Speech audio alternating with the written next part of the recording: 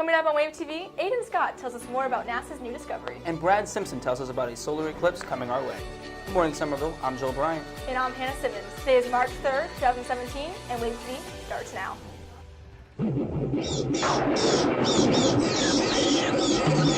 Scooby-Dooby-Doo, where are you?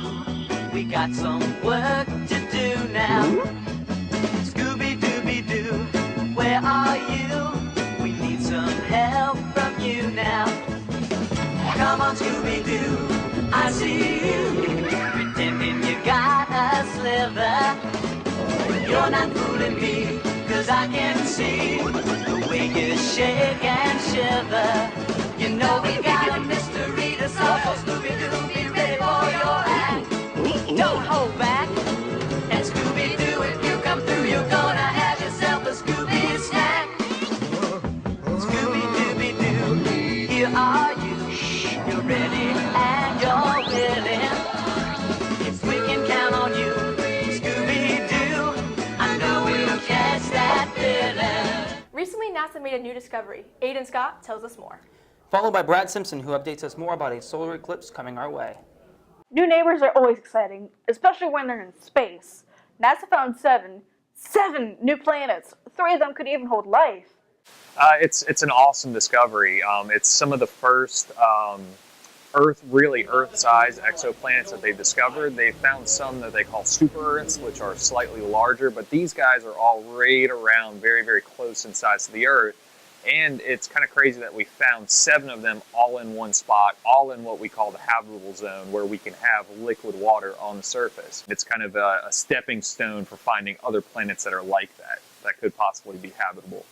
NASA plans to study these new planets by building a new telescope set to come out in October 2018. Basically what we know is their mass, or how big they are, their radius, and how far away they're orbiting from their star. So from all that, we can get an idea of how hot the temperature it is there, and a few other details, but really we don't know the intricate bits. Maybe now we'll finally have some space. For Wave TV, this was Aiden Scott. On Monday, August 21st, a total solar eclipse will happen and will be visible here in South Carolina. Total eclipses are only able to be viewed in certain areas, and what makes this one so special is across America. They're calling it the Great American Eclipse. Only certain states across America are able to view the total eclipse. From Oregon to South Carolina, the line you see is called the Path of Totality. Every state in this line can view the total effect, but it's important that you don't look directly at the eclipse. Even sunglasses can't prevent the harmful rays of the sun, even with the moon blocking it. If you want to view it safely, you can create your very own pinhole project. Maybe your science teacher will give you extra credit for it. That's all I have for you today. For Wave TV, I'm Jade Goodrich. I can't wait to see the eclipse on August 21st.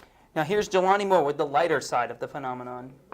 We all know what a solar eclipse is. It's when the moon slides its way in front of the sun. But what about the total eclipse? The total eclipse is when the moon slides in front of the sun but leaves the sun's solar crown, or the corona.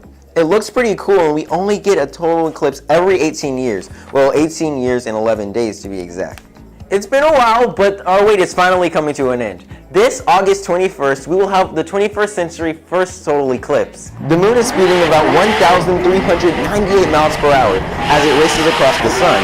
That's 7 times faster than the fastest NASCAR race. Well, that's all I've got. I hope I hyped up the Ring of Fire enough. It lasts about 7.5 minutes, so make sure you mark your calendars for 2017's first solar eclipse. Reporting for Wave TV, I'm Jelani Moore. The SHS Latin Club is hosting a Spirit Night at Sweet Frog this Saturday, March 4th from 12 to 10 p.m. Flyers are posted around the school and are being handed out by students. Bring your flyer or tell the cashier that you are supporting the SHS Latin Club, and 25% of your profits will go to the club. Thank you guys. Moving into the student news.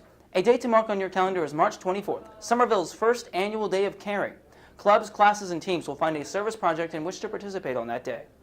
On April 6th is Somerville's Powder Puff game. It will begin at 6:30 in the Memorial Stadium. The champions will compete with the school's female teachers for Spirit Week on April 7th. That's the Friday before spring break. Now we check in on the scavenger hunt hosted by our very own Anime Club. On February 23rd, Anime Club had their first scavenger hunt. They were supposed to split into 2 teams. Each team had 7 questions, and the answer to the question was the location.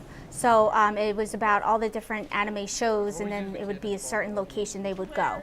And then we kind of saw whoever had the most amount of the Dragon Balls, they were the winners. Anime Club is also having a pinata party on March 2nd during ILT, and they are going to NashiCon on March 31st at the Columbia Convention Center. Reporting for Wade TV, I'm Travis Jones. Thanks, Travis. That sounds like it could be fun. It could be. Now Spencer Yulo and Glenn Brown bring us a spoony prank.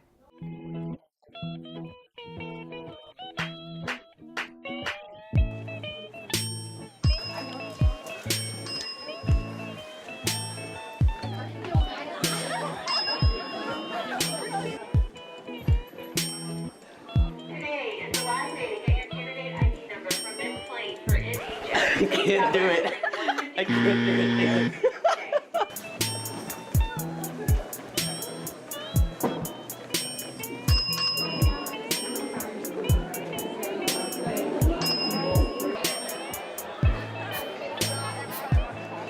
Look at it in his back pocket.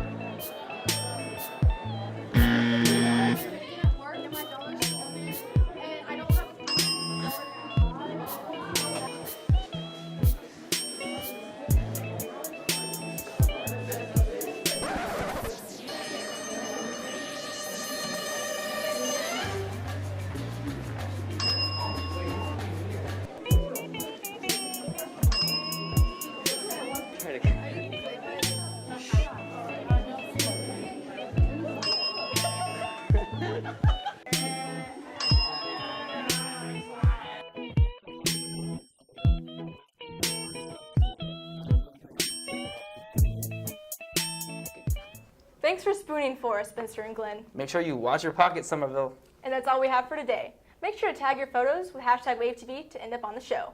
I'm Hannah Simmons. And I'm Joel Bryant. Have a great day and a fantastic weekend, Somerville.